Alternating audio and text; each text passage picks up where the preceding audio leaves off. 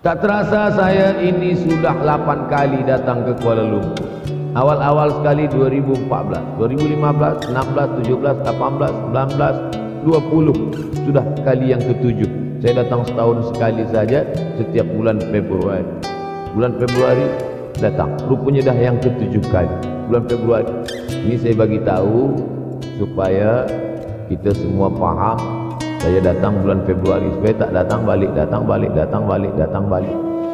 Sekali datang dari tarikh 2 hingga 9. Pusing, balik. Rupanya sudah kali ke-7, ke-8 kali datang menyampaikan tazkirah. Tak terasa. Dulu saya datang kemari belajar di UKM tahun 2003. Sekarang sudah 2020, 17 tahun.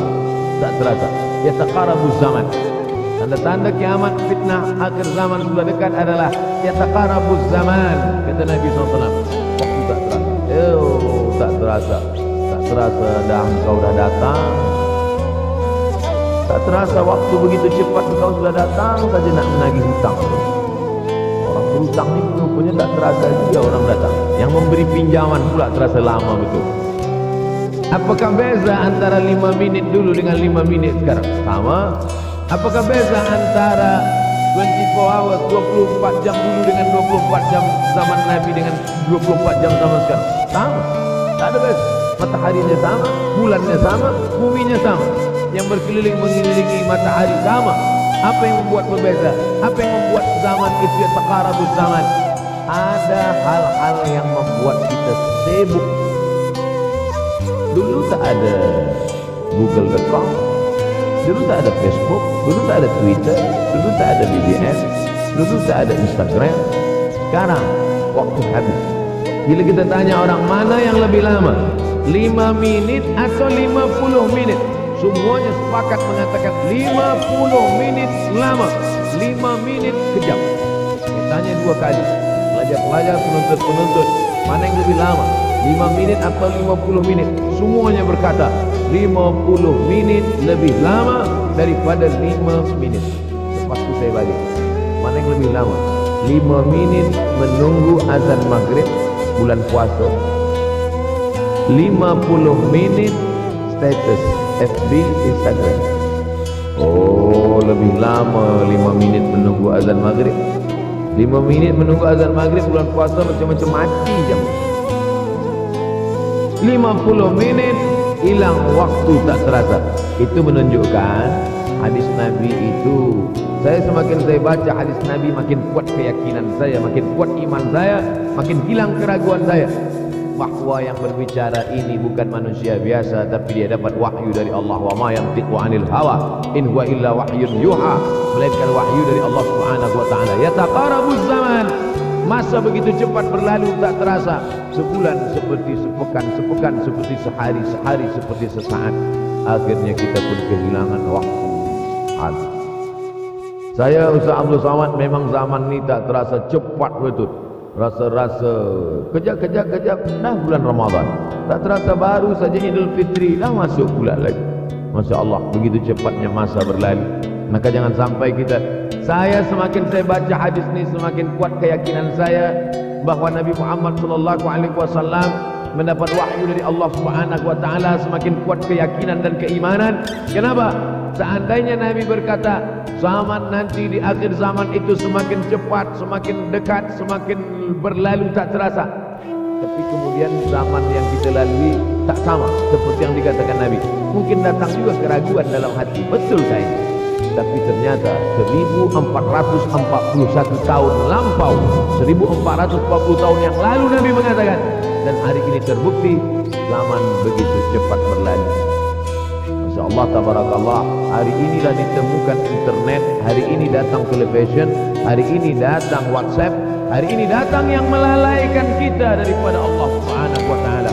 Sehingga waktu datang sembang-sembang, cerita-cerita, tengok ini, update ini, tulis ini, tengok ini, pandang ini, habis waktu berlalu. Padahal waktu inilah yang akan ditanya oleh Allah Subhanahu wa taala. 6 kali Allah bersumpah demi waktu. Terbit fajar, wal fajri wa layalin nashr, masuk waktu subuh, was subhi idza tanaffas, masuk waktu duha. Wadduha wal laili idza saja, masuk waktu siang. Wan nahari idza tajalla, masuk waktu asar. Wal asri innal insana lafi khusr, masuk waktu malam. Dua kali Allah bersumpah demi waktu malam. Wal laili idza saja, wal laili idza yaghsha. Kenapa hadis ini yang Ustaz bahas? Kami nak mendengar hadis tentang Dajjal dah lahir atau belum? Dajjal dah hadir. Mana bukti Dajjal dah hadir? Kurma bisan tidak lagi berbuah. Bila kurma bisan tidak berbuah, Dajjal dah datang. Kurma bisan sekarang sudah berkurang, tak berbuah. Lalu kemudian apa lagi? Ain Zuar, mata air dari Ain Zuar sudah kering. Oleh sebab itu, tapi manakala dulu datang Habib Umar bin Hafiz, saya hadir di majelis itu, adalah seorang bertanya, Habib, ya, Imam Mahdi dah lahir atau belum? Dia tengok, Habib menjawab, sepertinya dia macam tak suka pertanyaan. Kata dia, kita tak perlu mencari-cari dia dah lahir atau belum, kampung dia di mana, dia lahir di hospital mana, dia. Yang perlu kita siapkan adalah iman dan takwa pengetahuan kita, supaya kita jangan sampai terkecoh, supaya kita boleh membezakan mana hak, mana batil, mana betul, mana salah, mana lurus, mana bengkok, mana hitam, mana putih. Sehingga dengan istiqomahnya kita beribadah ini, kita boleh membezakan mana Al-Masih yang original, yang asli, mana Al-Masih Ad-Dajjal. Makanya tadi sebelum salam kita berkata, Allahumma inni a'udzubika min azabi jahannam wa min azabil qabri wa min fitnatil mahya wal mamat wa min syarri fitnatil masihid Dajjal. Membaca, menghafaz 10 ayat di awal surah Al-Kahf.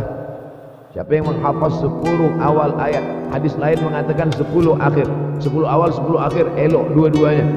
Tapi Masya Allah, tabarakallah, anak-anak kita yang pakai jubah, pakai sorban putih ini, daripada tahfiz Quran, mereka tidak hanya menghafaz 10 awal 10 ujung, dari awal sampai ujung dia hafaz, 30 juzuk dia hafaz. Mudah-mudahan anak-anak kita penghafaz Al-Quran. Allahumma ja'al abna'ana wa banatina min hafazil Quran wal hafizat. Jadikan anak-anak kami menjadi para penghafaz Al-Quran, ya Allah, supaya selamat dia daripada fitnah Al-Masih Ad-Dajjal. Tapi saya pilihkan hadis tentang yang 5 ini. Dengan 5 ini kalau kita amalkan, insya Allah Allah akan selamatkan kita dari fitnah akhir zaman.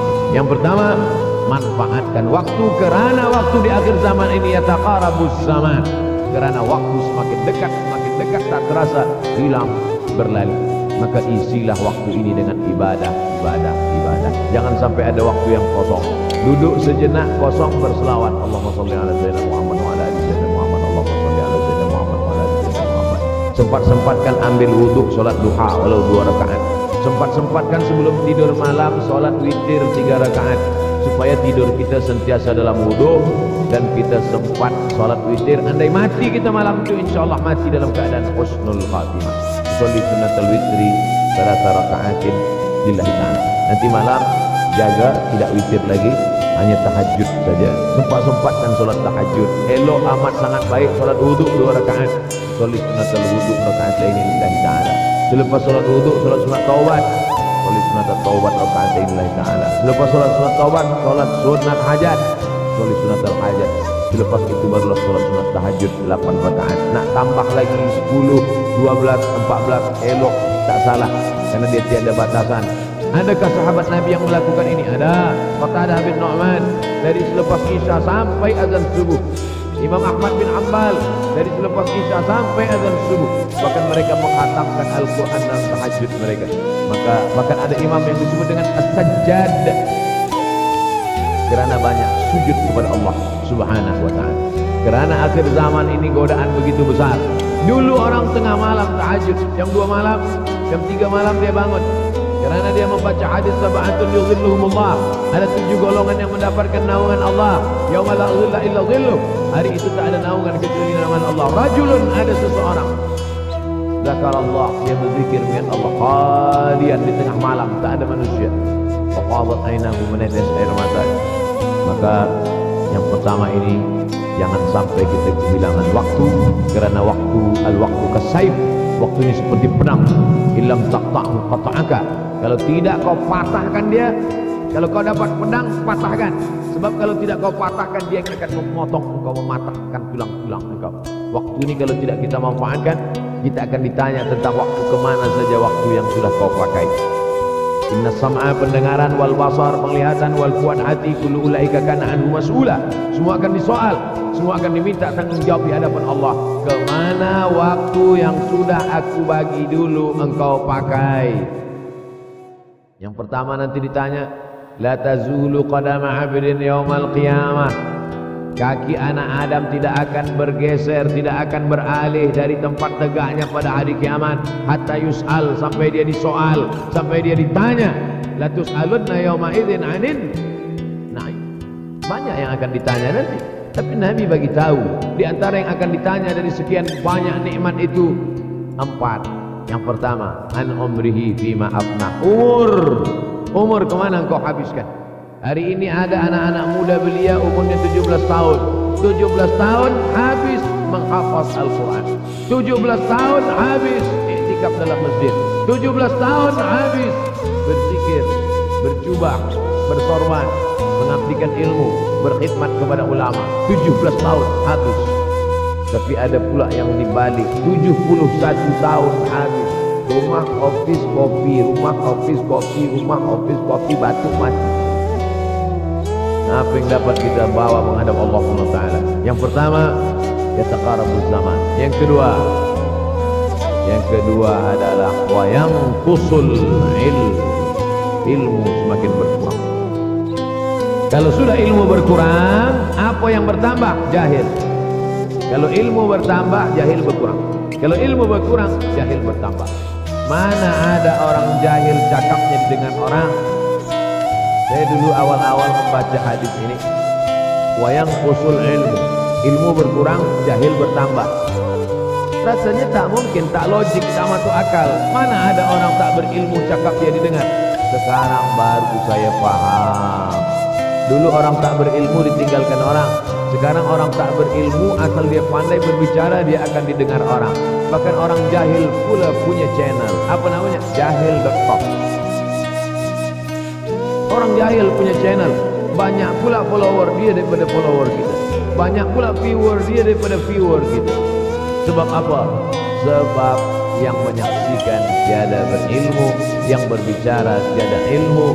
Oleh sebab itu maka kita galakkan menuntut ilmu di majelis-majelis ilmu. Untuk apa Abdul Somad sudah berumur 43 tahun pun masih pergi juga lagi ke Sudan belajar? Apa yang nak dicari ini? Tak lain tak bukan, mudah-mudahan kita termasuk orang yang sampai akhir hidupnya mencari ilmu, insyaallah. Saya datang kemari bukan niat mengajarkan ilmu. Saya datang ke Malaysia tetap niatnya belajar mencari ilmu. Man salaka tariqan, siapa yang melangkahkan kaki melalui suatu jalan, yaltamisu fihi ilman, siapa yang melalui suatu jalan niatnya untuk mencari ilmu, sahalallahu lahu bihi tariqan ilal jannah, dimudahkan Allah jalannya menuju surga. Innallaha la yantazi'ul ilma intiza'an. Innallaha la yanzi'ul ilma intiza'an. Allah kalau mencabut ilmu, bukan macam mencabut pokok kayu dari tanah. La yantazi'ul ilma intiza'an. Allah tidak mencabut ilmu macam mencabut pokok kayu dari tanah hingga ke akar, tidak. Lalu bagaimana ilmu ini dicabut? Biqabdil ulama. Dengan matinya ulama maka habislah ilmu. Meninggal Imam Syafi'i berpulang ilmu. Meninggal Imam Nawawi berkurang ilmu. Meninggal Imam Fulan berkurang ilmu. Maka yang hadir adalah al-juhala. Yang lebih menakutkan lagi adalah al-juhala bi thawbil ulama. Orang jahil dengan pakaian ulama. Abdul Somad tidak mengatakan dirinya ulama. Saya selalunya membacakan ayat Quran, membacakan hadis Nabi, menyampaikan fatwa ulama. Tak pernah saya berceramah, bertausiah. Menurut saya, siapa kita? Syafi'i manusia, saya manusia. Syafi'i boleh berfatwa, saya juga boleh berfatwa. Imam Syafi'i berfatwa Al-Quran 30 juzuk dalam kepalanya. Kita juzuk 30 pun kadang-kadang hilang. Imam Syafi'i balik dari masjid ke rumah, dia tutup telinga. Datang orang bertanya, Syafi'i, ya, kenapa engkau tutup telinga? Sebab bila aku dengar dari masjid ke rumah, semua yang aku dengar masuk tu semua aku ingat. Aku takut dia ingat di dalam, maka aku tutup. Kita yang saya sampaikan tadi pun tak ingat. Oh, Ustaz mengejek kami lah. Jangankan yang mendengarkan, yang bercakap pun tak ingat. Nasib baik datang orang Jepun mengingatkan kita. Nama dia Sony. Manusia ini lupa. Oleh sebab itu maka yang kedua, akhir zaman, wayang usul ilmu makin kurang. Maka bersyukur anak-anak yang dimasukkan ke rumah tahfiz. Kalau ada rumah tahfiz di kampung biasa, kalau ada rumah tahfiz di desa, dusun biasa, tapi ada tahfiz di tengah kota besar Kuala Lumpur, masih ada lagi rumah tahfiz Quran. Siapa yang mewakafkan rumah tahfiz? Siapa yang memberikan beras? Siapa yang memberikan duit? Siapa yang memberikan belanja? Siapa yang mengirimkan ustaz? Masya Allah, tabarakallah. Maka ini semua mudah-mudahan kita istiqamah semuanya, insyaallah. Supaya apa?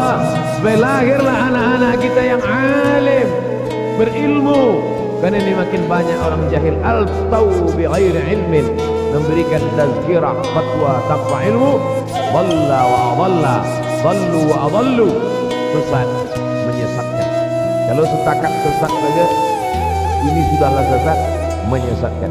Na'udzubillah. Masuk yang ketiga. Yang ketiga adalah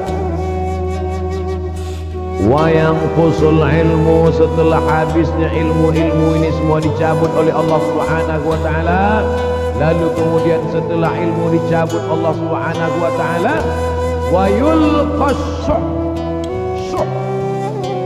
Wa man yuqashuh, sin dengan hak kecil. Wa man yuqashuh nafsihi fa ulaika humul muflihun. Siapa yang selamat daripada sifat syuh, itulah orang yang beruntung. Hayya 'alal falah. Mari kita menuju keberuntungan, kemenangan. Siapa orang yang menang? Selamat daripada sifat syuh. Ada orang menerjemahkan syuh ini pelit, bakhil. Bakhil ada yang lebih parah daripada syuh. Bakhil tidak ingin memberikan uangnya untuk orang lain. Itu bakhil.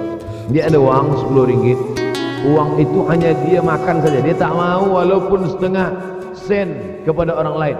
Itu namanya bakhil. Kalau syuh ini, duit dia simpan, duit orang pula dia makan. Jadi lebih parah lagi. Oleh sebab itu kalau sudah ilmu ini dicabut, orang menjadi jahil, maka datang penyakit syuh yang ketiga. Apa itu syuh? Hubbud dunya, hubbul mal, wa tuhibbul mala hubban jamma. Engkau sayang kepada harta, amat sangat sayang. Dia pegang semuanya sampai tak meleleh, tak menetes walaupun satu tetes. Akhirnya mereka inilah pendusta agama. Ara'aital ladzi yukadzibu biddin. Tahukah kamu siapa itu yang mendustakan agama? Fadzalikal ladzi yad'ul yatim. Mereka itu yang membiarkan anak yatim. Wala yahuddu ala ta'amil miskin. Dia tidak mempedulikan makanan orang miskin. Sebab apa? Bukan sebab tak ada harta, sebab syuh. Kenapa syuh? Sebab tak ada ilmu. Tak ada ilmu tentang akhirat. Dia pegang, dia simpan, mati, habis. Yang dia bawa hanyalah 1, 2, 3 helai kain kafan saja. Itulah mengapa Sultan Turki, Sultan Muhammad Al-Fatih, Sultan Abdul Hamid. Coba tengok gambar Sultan Muhammad Al-Fatih, Sultan Abdul Hamid Turki dulu. Sorban dia besar-besar. Saya dulu terkejut, lama saya tengok, kenapa sorban orang Turki ini besar-besar. Lama-lama saya baca, rupanya sorban orang Turki itu kain kafan. Tuan-tuan, balik dari sini beli kain kafan 2 meter. Ikatkan depan, buat semuanya. Beringat mati.